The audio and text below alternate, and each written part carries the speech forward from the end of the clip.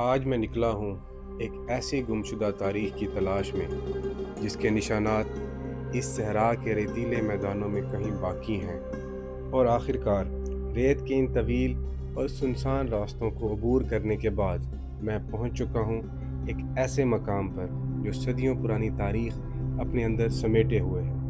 यह है किला दीनगढ़, चोलिस्तान सहरा के दिल में मौजूद एक पुरस्रार किला जो आज भी अपनी खामोश दीवारों के साथ वक्त की कहानियाँ सुनाता महसूस होता है।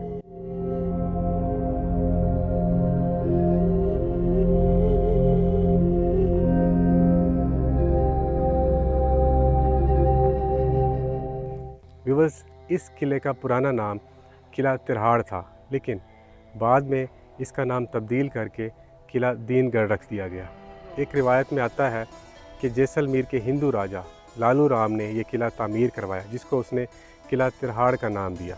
एक और रिवायत में ये भी आता है कि किला मौजगढ़ के बानी मारूफ खान कुरहानी के बेटे इब्राहिम खान ने यह किला तामीर करवाया, लेकिन तामीर के दौरान इब्राहिम खान वफ़ात पा गए और आपकी वफ़ात के बाद आपके चचा खुदा बख्श ने इसकी तामीर मुकम्मल की। आइए अंदर चल के देखते हैं कि 400 साल बाद ये किला किस तरह अपने अंदर कितने राज छुपाए हुए हैं।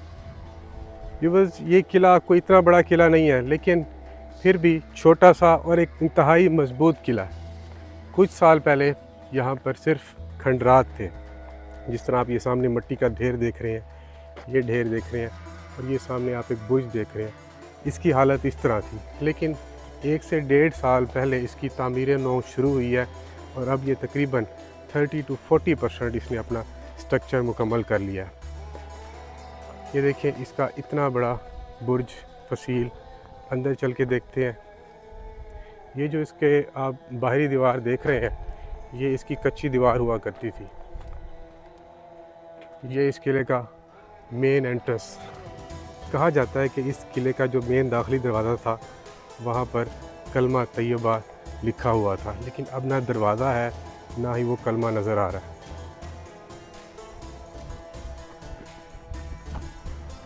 इसकी आप दीवारें देखें, ये गारे से बनी हुई है,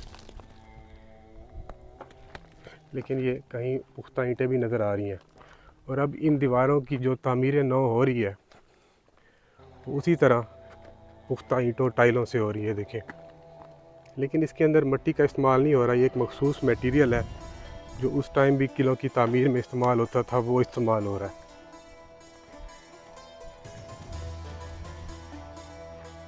इसके बिल्कुल सेंटर में एक बहुत बड़ा बेवकामत वॉच टावर लगा हुआ है, जो यकीनन बाद में बनाया गया था स्ट्रेटेजिक पॉइंट ऑफ व्यू से। ये शायद यहाँ का कमरा रहा होगा। ये देखें, छोटी सी एक एंट्रेंस नज़र आ रही है, अंडरग्राउंड एंट्रेंस है या जो भी है, वल्लाहु आलम। ये यहाँ पर कमरे होंगे। अभी ये किला बिल्कुल कुछ वाज़े नहीं कर रहा कि इसमें क्या था, क्योंकि अभी सिर्फ ये बैरूनी दीवार रह चुकी है और बाहर की जो इसकी बुर्ज है, सफ़ीले हैं, वो बना रहे हैं। बाहर चल के देखते हैं कि किस तरह यहाँ पर लोग काम कर रहे हैं और इसकी बहाली में किस तरह अपना किरदार अदा कर रहे हैं। ये इस किले का दाखिली दरवाज़े का बुर्ज और दूसरा ये बुर्ज नज़र आ रहा है।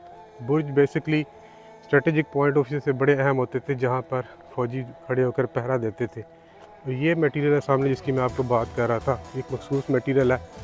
इसमें सीमेंट और मिट्टी का इस्तेमाल नहीं होता। अच्छा भजन, दिस केड़ा मटेरियल है जिन्होंने अपना ये तुसा टाइला लेंदे पे वे दस सकते हो केड़ा मटेरियल है? ये सुर्खी है जनाब, सुर्खी हाँ, ते थोड़ी जी रेता डाली हुई बिया चूना है, इसको मिक्स कर सुर्खी जरा रंग होंदे वो है, जी जी एक क्या चीज़ है, रेत है जी जी ते त्रीजा चूना है। जी हाँ।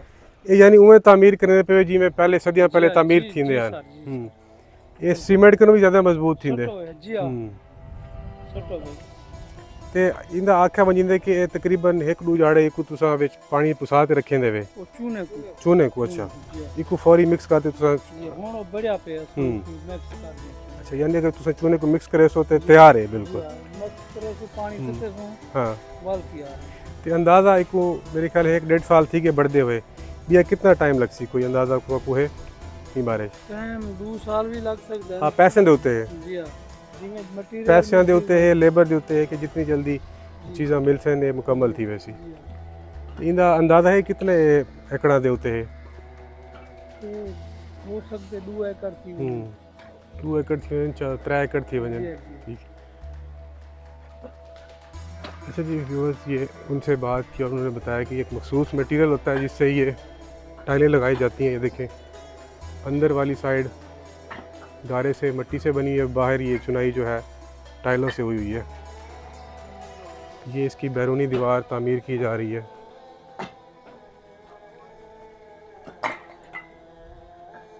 बैरूनी दीवार पुख्ता टाइलों से और अंदर वही पुरानी इस तरह कच्ची दीवारें थी उनको नहीं छेड़ा जा रहा, क्योंकि उसका जो बेसिक अगर स्ट्रक्चर उसको छेड़ा जाएगा तो उसका सारा नक्शा ही बदल जाना है।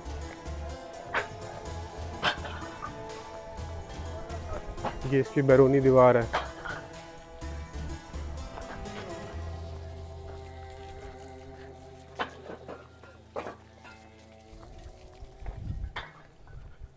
ये देखिए जी इसके टोटल 4 बुर्ज हैं चारों कोनों पर, जहाँ पर उस दौर में एक फ़ौजी खड़े होकर पहरा देते थे और अपने सामने आने वाली फ़ौजों का मुकाबला करते थे।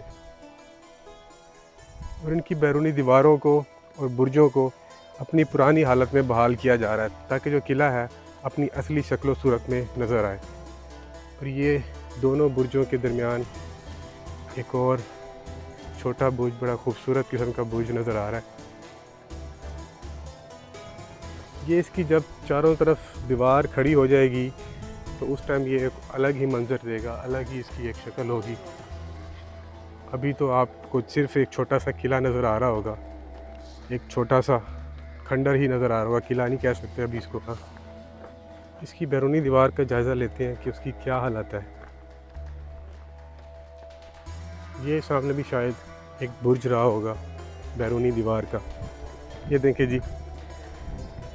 अच्छा उस टाइम किले के कुछ हिस्सों की तामीर जो है कच्ची ईंटों से की जाती थी और कुछ हिस्सों की तामीर पक्की ईंटों से की जाती थी। ये जो बैरूनी दीवार है या बैरूनी बुर्ज है ये वादे हमें नज़र आ रहा है कि ये कच्ची ईंटों से बना हुआ है। ये देखें अभी तक उनकी शेप मौजूद है।